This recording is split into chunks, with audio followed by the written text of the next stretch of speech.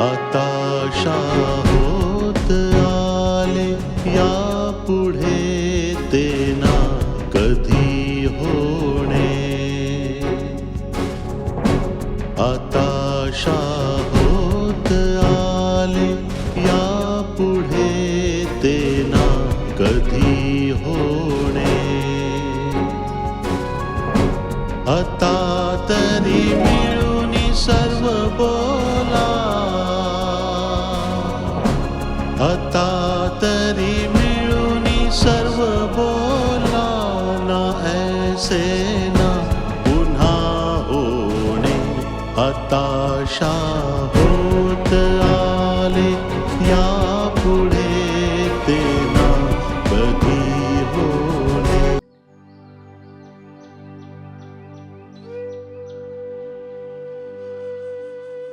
गुरुजी, तुम्हाला काही सांगायची गरज नाहीये. तुम्ही खूप समजूतदार आहात. तुम्हाला ठाऊक आहे की आत्मा अमर आणि निराकार आहे. तो कधीच मरत नाही.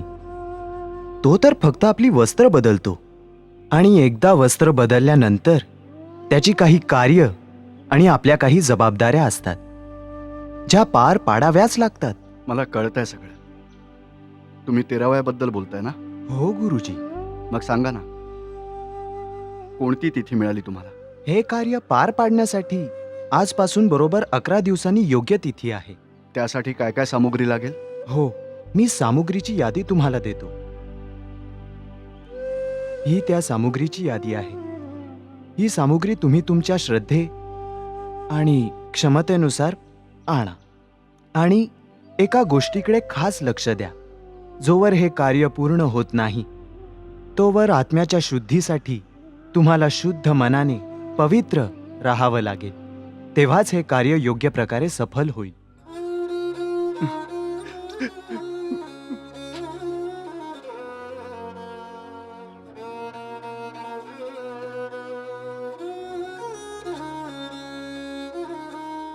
बरं, आता तुम्ही सगळे लोक जाऊ शकता.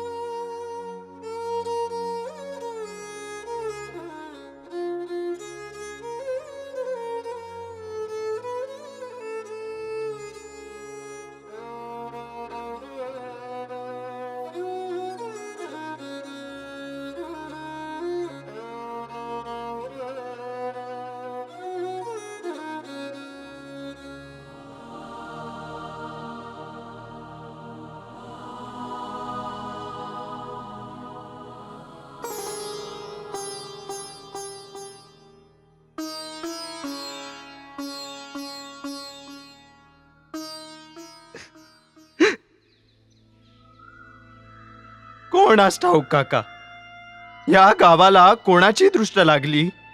वाटलं होतं की मालतीताई गावाच्या सरपंच झाल्यावर गावाचा खूप विकास होईल. हो, विकासाचं स्वप्न तर सगळेच बघत होते, पण ज्यांच्या आधारावर आपण स्वप्न बघत होतो त्यांनाच नियतीने आपल्याकडून हिरावून घेतलं. आता तर स्वप्न बघायला सुद्धा भीती वाटते. मालतीताई गेल्या म्हणून काय झालं? आपला माणूस आहे ना तो रघु, तो करेल ना गावाचा विकास. अरे, मी तर आधीच सांगितलंय की मला आता कोणावरही विश्वास नाहीये. फक्त गुरुजीच्या कुटुंबावर विश्वास होता, पण आता तर तेही उद्ध्वस्त झालेत. ते बरोबरच म्हणतात, अल्लाह चांगल्या लोकांना लवकर बोलवून घेतो. पण त्यांचं वय नव्हतं जायचं. त्यांची तर हत्या झाली आहे, हत्या. ज्या कोणी त्यांची हत्या केली आहे देव त्याला कधी क्षमा करणार नाही. अहो, जेव्हा तो मरेल ना तेव्हा त्याच्या शरीरात किडे पडतील, किडे. सगळ्या बाजूंनी रक्तबंबाळ होईल, रक्तबंबाळ. जर माझ्या हातात असतं तर मी अशा माणसाला भर चौकात उभं करून गोळ्याच घातल्या असत्या, गोळ्या. बरोबर बोललास. आपण सर्वांनी मिळून मोठ्या प्रयत्नांनी मालतीताईंना निवडणूक लढण्यासाठी तयार केलं होतं. खूपच धाडसी स्त्री होती ती. सगळ्यांचं ऐकून निवडणुकीला उभ्या राहिल्या. लढल्या आणि जिंकल्या सुद्धा. पण पुन्हा ये रे माझ्या मागल्या, परिस्थिती जशी होती तशीच राहिली. अगदी बरोबर बोललात काका तुम्ही. मालतीताई खूप धाडसी होत्या, म्हणूनच त्या अन्यायाविरुद्ध उभ्या राहिल्या होत्या. पण शेवटी काय झालं, नाहक बळी गेला त्यांचा. आणि त्या अशा गेल्याने सगळ्यांनीच धसका घेतलाय. आता कोणाची हिंमत होणार नाही. पण जोशी काका, असं नाउमेद होऊन नाही चालणार. अरे काय बोलतोस तू? सामान्य माणसात कुठे एवढी हिंमत असते? त्याला तर 2 वेळेच्या भाकरीची भ्रांत पडलेली असते. आणि जर अशा प्रकारे कोणी त्याचा आवाज दाबला तर कसा काय बदल होऊ शकतो? मग जोशी काका, आपण एकजुटीने अन्यायाविरुद्ध जे आंदोलन उभं केलं होतं ते ताईंच्या जाण्याने आता थांबलं आहे. अरे सगळे एकमेकांना सामील आहेत, जेणेकरून दुसरा कोणी येऊच नाही. आणि जर कोणी आलाच तर त्याला मुळासकट उपटून काढतात. हे बघून कोणाची पुन्हा हिंमत होणारच नाही त्यांच्या विरोधात उभं राहायची. आता तूच सांग, यानंतर कोण पुढे येईल? कोणी पुढे येणारच नाही. आणि जो पुढे येईल त्याची सुद्धा मालतीताईंसारखीच अवस्था करतील. तर मग हे सगळं बंद? हो, असंच समज. आता बघूया ह्या पुढे काय होतं ते. मग काय, सामान्य माणसाला स्वतःचा आणि स्वतःच्या कुटुंबाचा जीव प्रिय असतो. तो कशाला आपलं डोकं उखळात घालेल? नाही जोशी काका, तुम्ही तर खूपच नकारात्मक बोलताय. मग आता तूच सांग बघू, आहे का कोणाची हिंमत?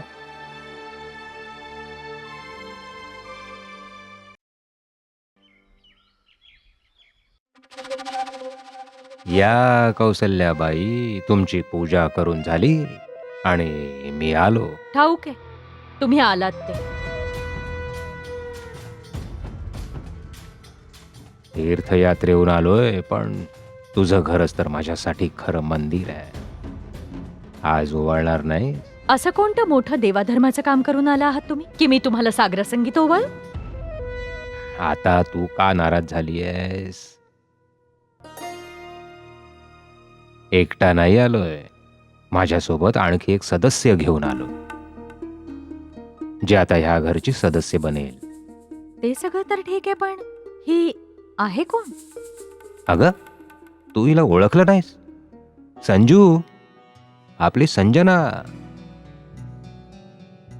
अगं, किती छोटीशी होती, तुझं बोट पकडून चालायची. मंदिराचे पुजारी प्रभाकर पुजारींची मुलगी आहे. आठवलं. नमस्कार कर, प्रणाम कर. Hello aunty, how are you? वाकून नमस्कार केला असता तर कंबरला चकली असते का हिची? अगं, इंग्रजीत तुला नमस्कार करते. समजलं मला, पण ही इथे कशी?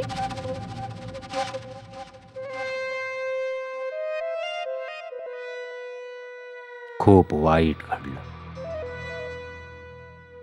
हे 12 वर्षांचे असतानाच हिच्या आई वडिलांना देवाज्ञा झाली. पण त्यांनी जाण्यापूर्वीच हिच्या वडिलांनी दिल्लीतले भांडारकर, जे आता माझे मित्र आहेत, त्यांना सांगितलं होतं की आपल्या घरातच हिचं पालन पोषण झालं पाहिजे. आणि जेव्हा हरिद्वारला भांडारकर भेटले तेव्हा त्यांनी मला ही शेवटची इच्छा सांगितली. मग मी काय बोलणार? घेऊन आलो माझ्यासोबत. आता हेच हिचं घर आहे. आणि आईची माया दे हिला, आणि मुलीसारखं सांभाळ. बघा, मला जे करायचंय ना ते मला चांगलंच ठाऊक आहे. तुम्हाला मला सांगायची काहीच गरज नाही. ते तर ठीकच आहे बाईसाहेब, आम्ही एवढ्या लांबून आलोत, नाश्त्याची काहीतरी व्यवस्था करा. मला सुद्धा तुझ्या हातचं खाऊन खूप दिवस झालेत. हो, वाव, दॅट्स ग्रेट. मी हाच विचार करत होते, तुम्ही दोघं बोलणारच आहात की खाण्याचंही बघणार आहात. अगं का नाही, मी लगेच जाऊन नाश्त्याची व्यवस्था करते. काय खाशील तू? I'll have one special butter French toast and a glass of watermelon juice. अगं, हे सगळं तर नाही मिळणार, पण हो, आमच्या सुनबाई खूप स्वादिष्ट पोहे करतायत, ते खा. मग तेच खाते आज. चल बाया, मी तुला तुझी खोली दाखवते. आंटी प्लीज असं बाळाबिळा बोलू नका. My name is Sanjana. Please call me that, okay? दिसायला तर अगदी साधी बोळी दिसतीये, पण तोंड तर चांगलंच चालतंय. चल ये. हम्म.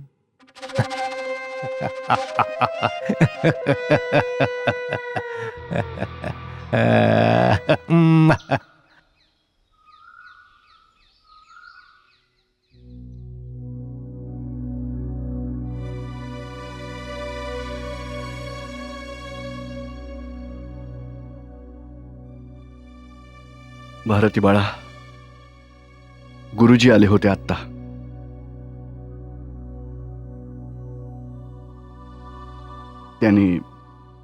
त्यांनी 13व्याच्या सामुग्रीची यादी दिली आहे. म्हणत होते की 11 दिवसानंतर 13वं आहे. दादा ते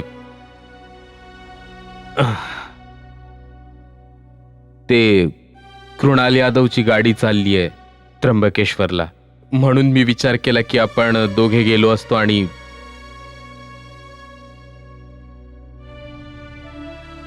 ते वहिनींच्या अस्थींचं विसर्जन केलं असतं तर एक कार्य पूर्ण झालं असतं. बाबूलाल, तुझं बोलणं तर अगदी योग्यच आहे. अस्थींचं विसर्जन करणं खूप आवश्यक आहे. आईच्या अस्थींचं विसर्जन नाही होणार. नाही होणार माझ्या आईच्या अस्थींचं विसर्जन. भारती, हे काय बोलतेस तू? भारती बाळा, जेव्हा तुझ्या आईच्या अस्थींचं विसर्जन होईल ना, तेव्हाच तिच्या आत्म्याला शांती लाभेल. हीच तर जगाची रीत आहे. नाही बाबा, माझ्या आईच्या आत्म्याला शांती त्या दिवशी मिळेल ज्या दिवशी तिच्या मारेकऱ्यांना फासावर लटकवलं जाईल.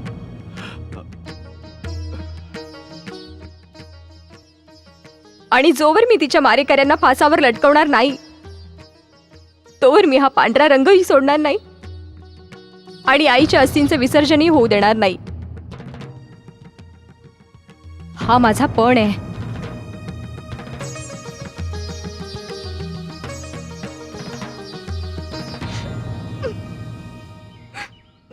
काय उपसरपंच, कुठे निघालात?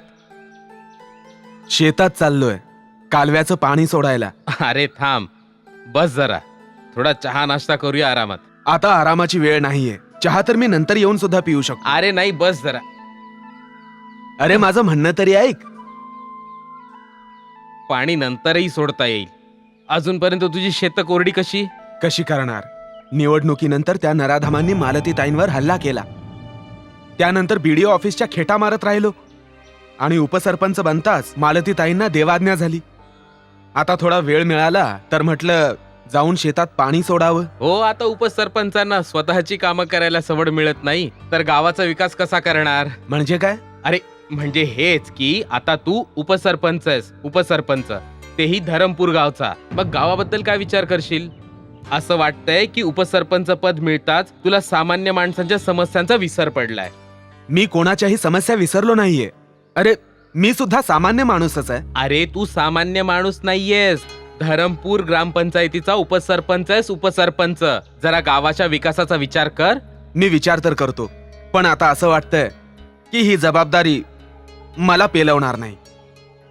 हे उपसरपंच पद वगैरे मला नाही पेलवणार. अरे आता ह्यात काय अडचण आहे? अडचण? अरे मुळात माझं कोण ऐकतं? मी फक्त नावाचा उपसरपंच आहे. अरे नावाचा उपसरपंच आहेस, मग कामाचा कधी होशील? मला तर त्याची काहीच शक्यता वाटत नाहीये. त्याबाबत सगळ्या आशा मावळल्यात माझ्या. अरे मग आशा निर्माण कर. माझ्या कोणत्या शब्दाला किंमतच नाहीये आणि माझं कोणी ऐकतच नाही. मग तू बीडीओंशी बोललास का? बीडीओ तर एक नंबरचा मक्ख आहे. जेव्हा कधी मी त्याच्याकडे कामासाठी जातो ना, तेव्हा म्हणतो सही करा, काम नक्की होईल. आजवर कोणतीही योजना गावात आली आहे का? सगळ्या फाईल्स तिथेच धूळ खात पडल्या आहेत. तो ग्रामसेवक आणि त्याचे साथीदार मला फक्त फिरवतायत. अरे तू असा डोळे बंद करून फिरत जाऊ नकोस. कधीतरी ना मोठ्या अडचणीत सापडशील. अडचणीत? मग काय, ते लोक तुझ्या नावाने गावाच्या विकासासाठीचे पैसे खातील आणि सगळं बिल तुझ्या नावावर फाडतील. ह्या सगळ्यात ना माझे हात दगडाखाली सापडलेत. ना दगड हलवू शकतो ना माझे हात हलवू शकतो. मग तू कशासाठी चार्ज घेतला होता? अरे मी तर हाच विचार केला होता की मालतीताई बऱ्या होऊन येतील आणि आपली खुर्ची सांभाळतील, पण आता तर आशाच मावळली. आता तर तूच सर्वे सर्व आहेस. ते फक्त नावापुरतं, माझं कोणीही ऐकत नाही. तो ग्रामसेवक आणि त्याचे साथीदार ना मला फक्त गोल गोल फिरवतायत. एका पैशाचं काम होत नाही. ते सगळेच्या सगळे एकाच माळेचे मणी आहेत. मग सामना कर. मी कोणाचा सामना करणार? मी कोणाचाही सामना करू शकत नाही आणि माझ्यात एवढी ताकदही नाहीये. नमस्कार, मी आता निघतो.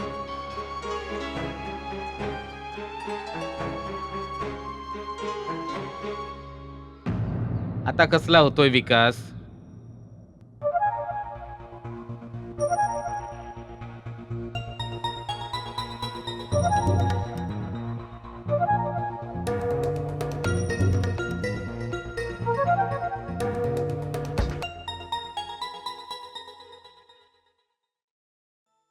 ये खाऊन घे. कोणास ठाऊक किती लांबचा प्रवास करून आलीयस. अगं तू ऐकत का नाहीयेस? मी म्हंटल खाऊन घे. हे सगळं नंतर बघ. काय झालं? काय प्रॉब्लेम आहे तुझा? ह्या घराची नोकर आहेस ना? मग जरा शिस्त शिकून घे. How to behave with your guest. अगं मी तुला नोकर वाटले का? प्लीज आता असं नको म्हणूस की तू या घरातल्या फॅमिली मेंबर सारखी आहेस. मला माहितीये की शंकर काका खूप मोठ्या मनाचे आहेत आणि ते तुझ्यासारख्या छोट्या लोकांना स्वतःच्या डोक्यावर बसवून ठेवतात. आता मी घरात आले, सगळ्यांना त्यांची योग्य जागा दाखवून दे. चल मुकाट्यानं जा इथून. Get out. हे बघ, काहीही माहित नसताना तू तोंडाला येईल ते बोलतीयस. मी ह्या घरामध्ये लहानपणापासून आहेस ना, सो व्हॉट? लहानपणापासून आहेस म्हणजे या घरची सून झालीस? मला काही गरजच नाहीये सून व्हायची. मला ह्या घरची थोरली सून व्हायचा मान खूप आधीच मिळालाय आणि माझ्याकडून हा मान कोणीच हिरावून नाही घेऊ शकत. समजलीस? आय एम सॉरी, मला माहिती नव्हतं. मग तोंड उघडायच्या आधी माहित करून घ्यायचं होतंस. अगं घरात येऊन तासही झाला नाही आणि मला नोकर म्हणायला लागलीस. इंग्रजीतले 4 शब्द चिटरपिटर केल्याने आणि ही जीन्स पॅन्ट घातल्याने तू स्वतःला काय समजायला लागलीस? तोंडाला येईल ते बोलशील आणि कोणाचाही अपमान करशील. आता सॉरी बोलले ना, प्लीज माफ करा ना. कशाला विषय वाढवताय? आता मी काही जाणून बुजून तर तुमचा इन्सल्ट नाही केला ना. आपलं इंट्रोडक्शन झालं नव्हतं ना आधी, म्हणून. I am so sorry. Please हे माफ बघ, करा. माझ्यावर हे संस्कार झालेले आहेत की घरी आलेला पाहुणा हा देवासारखा असतो. पण माझ्या पाहुणचाराला जरा जरी कोणी काही बोललं ना तर आता मी सॉरी बोलले, माफीही मागितलीये मी. जर तुम्ही अशाच लेक्चर देत बसलात तर आय मीन सॉरी ना. तुम्ही विकी दादांची वाईफ आहात ना? ते ह्या आधी मी तुम्हाला भेटले नव्हते ना. लग्नाला येणार होते पण आई बाबांचा ऍक्सिडेंट झाला आणि नाही येऊ शकले. हो हो, ते ठाऊक आहे मला. ते तर खूपच वाईट झालं. Just forget about it. आता आयुष्य आहे म्हटल्यावर जगावंच लागतं. हेच बघा ना, मला माझं नशीब ह्या घरात घेऊन आलं. मी तर कधी विचारही केला नव्हता. हो बरोबर बोललीस. आता कोणाच्या नशिबात काय आहे हे तर कोणालाच ठाऊक नसतं. चल बरं झालं तू आलीस. तुझंही इथे मन रमेल आणि आमचं सगळ्यांचं सुद्धा. मी इथे कोणाचं मन रमवायला नाही आले. माझं उद्दिष्ट काय आहे हे लवकरच कळेल. काय झालं? कसला विचार करतेयस? काय नाही, मी तर फक्त हाच विचार करत होते की तुम्ही सगळे किती चांगले आहात. माझ्यासारख्या अनाथ मुलीला आसरा दिलात तुम्ही तुमच्या या घरात. अगं संजना, आम्ही सगळे असताना तू स्वतःला अनाथ का म्हणतेस? आम्ही सगळे आहोत ना तुझ्यासाठी. तुला ठाऊक आहे, तू जेव्हा आमच्या बाबांसोबत या घरात आली होतीस तेव्हा तुला बघून मी थबकलेच होते. मला वाटलं की सासरे बुवा कोणाला आपल्या सोबत घेऊन आलेत. असो, आता आपल्या दोघींची ओळख झालीच आहे तर तू एक काम कर, पटापट नाश्ता करून घे. तोपर्यंत मी तुझ्या जेवणाचं बघून आले.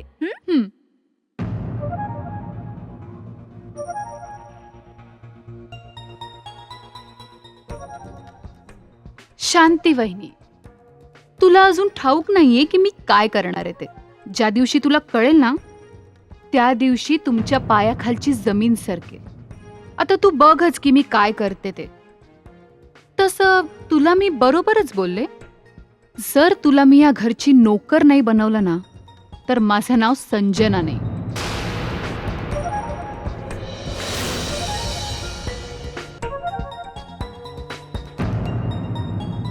आता होत आले या पुढे ते ना कधी होणे.